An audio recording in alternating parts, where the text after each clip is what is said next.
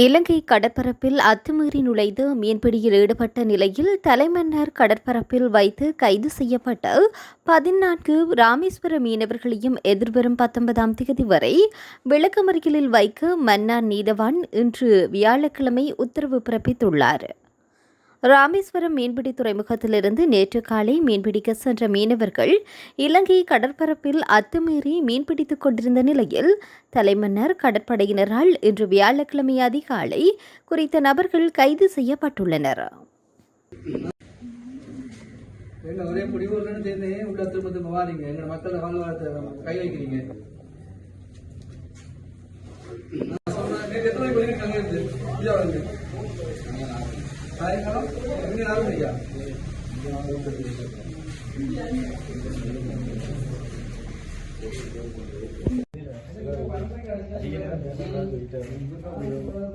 ஐயா, நீங்க 63வது போட்டு இந்த வருஷம் 63வது போட்டு, நீங்க 62 போட்டு ஆல்ரெடி வந்திருக்கீங்க.